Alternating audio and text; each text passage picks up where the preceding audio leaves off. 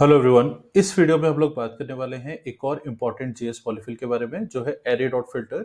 Array dot filter भी JavaScript interviews में पूछा जाने वाला एक क्वेश्चन है। तो चलिए देखते हैं कि ये एरे डॉट फिल्टर का पॉलीफिल हम कैसे बना सकते हैं। But before getting into that पहले हम लोग ये समझने का ट्राई करते हैं कि फिल्टर्स को हम कैसे यूज करते हैं, राइट। तो first thing is how array dot filter works.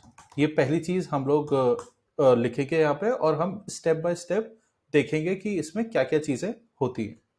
तो पहली चीज जो है कि हम किसी भी एरे पर इसको डॉट लगाकर हम इसको एक्सेस कर सकते हैं और हम इस मेथड को एग्जीक्यूट कर सकते हैं डॉट फिल्टर बोलकर।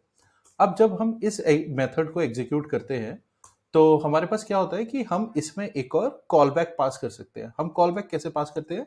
हम लोग लिखते हैं एरे डॉट फिल्टर। यहाँ पर हम एक कॉल बैक पास करते हैं। जब भी हम किसी भी फंक्शन को एज एन आर्ग्यूमेंट पास करते हैं तो उसको हम कॉल बैक बोलते हैं। अब इधर अगर आप देखोगे तो आप इस तरीके से इधर कॉलबैक को पास कर सकते हो। तीसरी चीज जो है वो ये है कि इस कॉलबैक के क्या क्या आर्ग्यूमेंट्स होते हैं। तो आर्ग्यूमेंट से मेरा मतलब ये है कि जब भी हम इस कॉलबैक को एग्जीक्यूट करेंगे तो हमें तीन चीजें देखने को मिलती हैं। पहली चीज होती है वैल्यू, कि हम इस एरे को अगर इनिशियल वैल्यू से लिखें जैसे 1 2 3, तो पहले आइट्रेशन में वैल्यू हमें मिलेगी 1, सेकेंड आइट्रेशन में 2, थर्ड आइट्रेशन में 3। तो एक एक करके एरे के सारे एलिमेंट्स हमें इस वैल्यू में मिलेंगे। उसके साथ साथ हमें इंडेक्स भी मिलती है यहाँ पर और वो एरे भी मिलता है। तो इस केस में वो एरे होगा 1 2 3। ठीक है, तो ये हमें इनिशियली देखना है और यहाँ पर हम इस मेथड के अंदर बेसिकली इन सारी वैल्यूज को एक्सेस कर सकते हैं। ठीक है, अब ये इतना करने के बाद हमें समझ आ गया कि ये दो तीन चीजें हमें करनी है अचीव। उसके बाद एक और जो चीज होती है वो ये है कि यहां पर जब भी ये अपना एग्जीक्यूशन कंप्लीट कर लेता है उसके बाद हमें ये एक फ्रेश एरे रिटर्न करता है। वो एरे इनिशियल एरे का मॉडिफाइड वर्जन नहीं होता है, वो एक न्यू एरे हमें मिलता है। तो चलिए देखते हैं कि वो हम कैसे लिखते हैं यहाँ पर। तो व्हेन द प्रोसेस और iterations are completed, I'll stick to process only. So iterations are completed, तो उसके बाद हमें क्या मिलता है? It returns a new array. हमें यहाँ पर एक नया एरे देखने को मिलता है। तो ये बात बहुत इंपॉर्टेंट है कि फिल्टर बेसिकली ओरिजिनल एरे को मॉडिफाई नहीं करता है, हमें एक ये नया एरे रिटर्न करता है। तो चलिए इसको जल्दी से देख लेते हैं कि यहाँ पर हमें डमी वैल्यूज के साथ लेट्स से अगर मैंने एक ये इनपुट बनाया जिसमें वैल्यूज डालता हूँ 1 2 3 4 5 और यहाँ से लेके 9 तक, और लेट्स से 10 को भी इंसर्ट कर देता हूँ मैं इसमें। अगर मेरे पास ये वैल्यूज हैं और मैं ऐसे फिल्टर करता हूँ, लेट्स से मैं इसको बोल देता हूँ क्या बोला जा सकता है, मैं इसमें इवन नंबर्स को निकालना चाहता हूँ, राइट। तो मैं इसको इवन बोलकर यहाँ पर लिख देता हूँ इनपुट डॉट फिल्टर। तो फिल्टर किस बेसिस पे होगा? फिल्टर, और यहाँ पर मेरे को सबसे पहली चीज जो मिलेगी वो मिलेगी वैल्यू। तो मेरे को वो पर्टिकुलर एलिमेंट मिलेगा। सो वैल्यू लिखने के बाद यहाँ पर मेरे को दूसरा आर्ग्यूमेंट इंडेक्स मिलेगा और तीसरा आर्ग्यूमेंट वो एरे ही होगा जिस पर मैं ये ऑपरेशन परफॉर्म कर रहा हूँ। अब यहाँ पर मुझे क्या चेक करना है? अगर वैल्यू को हम डिवाइड करते हैं 2 से, तो हमें क्या मिलेगा? उसका बेसिकली क्वोशिएंट मिलेगा, राइट। बट हमें क्वोशिएंट नहीं देखना है, हमें रिमाइंडर देखना है। तो रिमाइंडर अगर हमें 0 मिलता है, राइट, अगर रिमाइंडर हमें 0 मिलता है तो हम उसको यहाँ पर, अगर ये सिचुएशन होती है तो यहाँ पर हम रिटर्न ट्रू करेंगे, राइट। हम इसको यहाँ पर रिटर्न ट्रू करेंगे, अदरवाइज हम बोलेंगे फॉल्स। अब क्योंकि ये जो स्टेटमेंट है, ये स्टेटमेंट खुद में ही एक बुलियन वैल्यू को रिटर्न कर रहा है, राइट। यहां पर ये हमें बोल रहा है कि वैल्यू मॉड 2 अगर 0 है तो ये खुद में ही एक बुलियन वैल्यू है, तो यहां पर ये हमें ट्रू और फॉल्स ही देगा।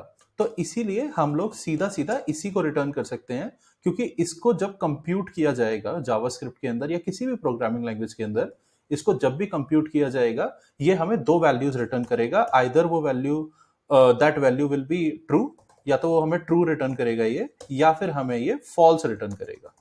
तो इसीलिए इस तरीके से लिखना इसको ठीक रहेगा। हाँ, तो यहां पर उसको इस तरीके से लिखना ठीक रहेगा। अब यहाँ पर मैं क्या करता हूँ, इसको कंसोल करके देख लेता हूँ, तो मेरे पास पता चल जाएगा क्या क्या वैल्यूज आ रही हैं, इनपुट और इवन। मैं इन दोनों चीज़ों को प्रिंट करके देख लेता हूँ। एक बार रिफ्रेश करके देखते हैं, तो मेरे पास जो यहाँ पे आ रहा है वो है 1 से लेके 10 तक की वैल्यू, जो कि मेरा इनपुट है। और अगर मैं इवन की बात करूं, तो इवन में मेरे को सिर्फ और सिर्फ इवन वैल्यूज मिल रही हैं, क्योंकि फिल्टर क्या करता है, हमें एक नया एरे देता है। तो हमारा जो ओरिजिनल एरे था वो भी यहीं पर है, और जो नया एरे है वो भी यहीं पर है। अब हमें क्या करना है, अब हमें इसी चीज को रेप्लिकेट करना है, और हमें खुद का लॉजिक लिखना है, ये सोचते हुए कि फिल्टर एक्चुअली कैसे वर्क कर रहा होगा। तो मैं क्या करता हूं, मैं अभी तो इसको कमेंट आउट कर देता हूं, और यहाँ पे मैं खुद का पॉलीफिल बनाने का ट्राई करता हूँ। तो सबसे पहले आते हैं फर्स्ट रिक्वायरमेंट पे।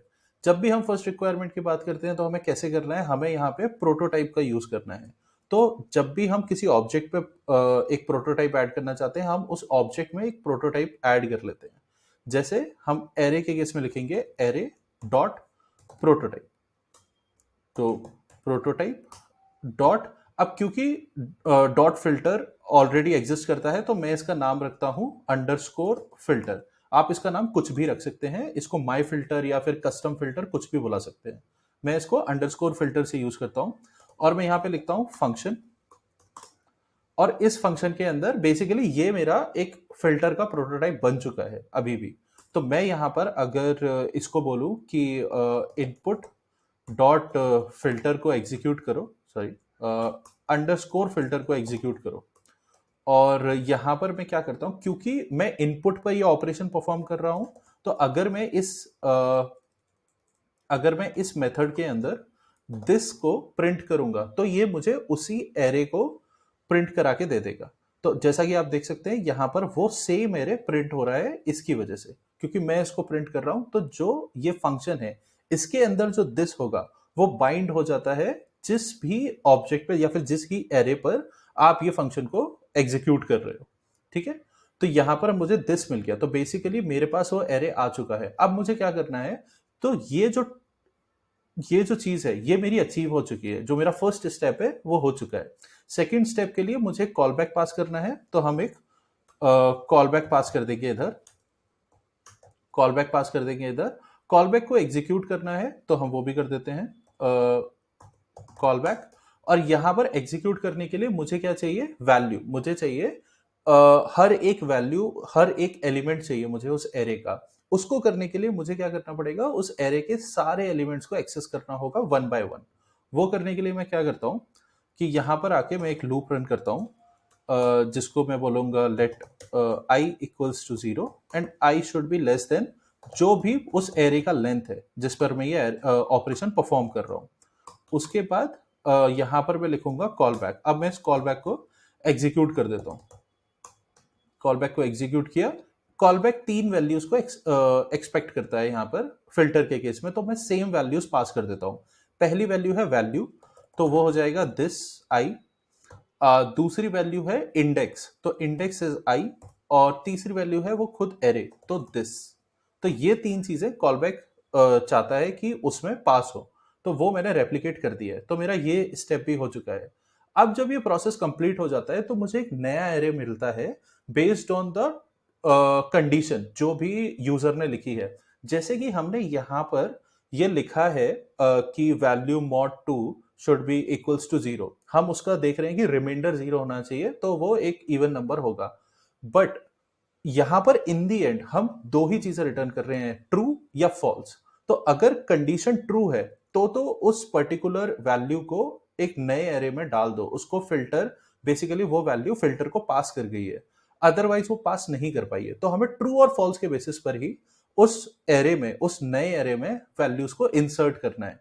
अब क्योंकि हमें एक एरे में वैल्यूज को इंसर्ट करना है, तो मैं यहाँ पे एक एरे को क्रिएट कर लेता हूँ, न्यू एरे, और मैं इसको एम्प्टी से इनिशियलाइज कर देता हूं। यहां पर आने के बाद मैं इसमें उस वैल्यू को स्टोर कर लेता हूं। लेट्स से वैल्यू, और वैल्यू भी नहीं, मैं इसको फ्लैग बोल देता हूं। फ्लैग मैं इसलिए बोल रहा हूं क्योंकि ये ट्रू फॉल्स मेरे को बताएगा कि ये ट्रू है या फॉल्स है। अगर ये ट्रू है, अगर मेरा फ्लैग मेरे को ट्रू बोल रहा है कि ये फिल्टर को पास कर रही है, तो मैं इस न्यू एरे में उसको ऐड कर दूंगा by saying this.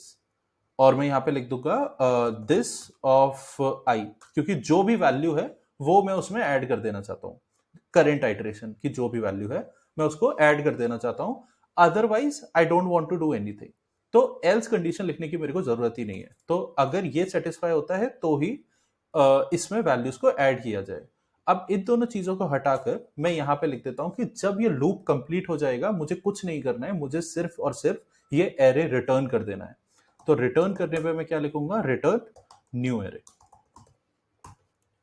And that is it. हमें यही करना था इस फिल्टर को रेप्लिकेट करने के लिए। अब देखते हैं कि ये वर्क कर रहा है कि नहीं, like the filter that we had. तो मैं इसको यहां से हटा के इधर लिख देता हूं और इस चीज को हटा के अब हम देखते हैं कि ये फिल्टर हमारा वर्क कर रहा है कि नहीं। मैं इसको सेव करता हूं और इसको एक बार रिफ्रेश करता हूं।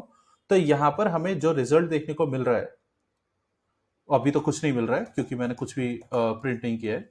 तो let's quickly do that. Input, okay, input comma even. तो ये दो वैल्यूज हमें देखने को मिलनी चाहिए। तो यहां पर अगर मैं इसको क्लियर करूं, इसको भी मैं हटा देता हूं और इसको रिफ्रेश करता हूं एक बार। तो रिफ्रेश करने पे जो मुझे वैल्यू मिलेगी यहाँ पे वो मिली, एक तो जो इनपुट एरे है मेरा और जो इवन वैल्यूज है, बट ये आ रही है हमारी ओरिजिनल फिल्टर से। अब अगर मैं अपना खुद का फिल्टर यहाँ पे यूज करूंगा और इसको सेव करता हूँ और इसको वापस से रिफ्रेश करता हूँ तो I expect the same result. तो देखेंगे अगर अगर हम, तो यहाँ पर मुझे सेम वैल्यूज देखने को मिल रही है। तो this is all we wanted to do, जिससे हम इसको रेप्लिकेट कर पाए। I hope this was informative enough. तो we will be building more polyfills, आगे मैं और भी वीडियोस बनाऊंगा और भी पॉलीफिल्स के। तो stay tuned and thanks for watching, see you in the next one.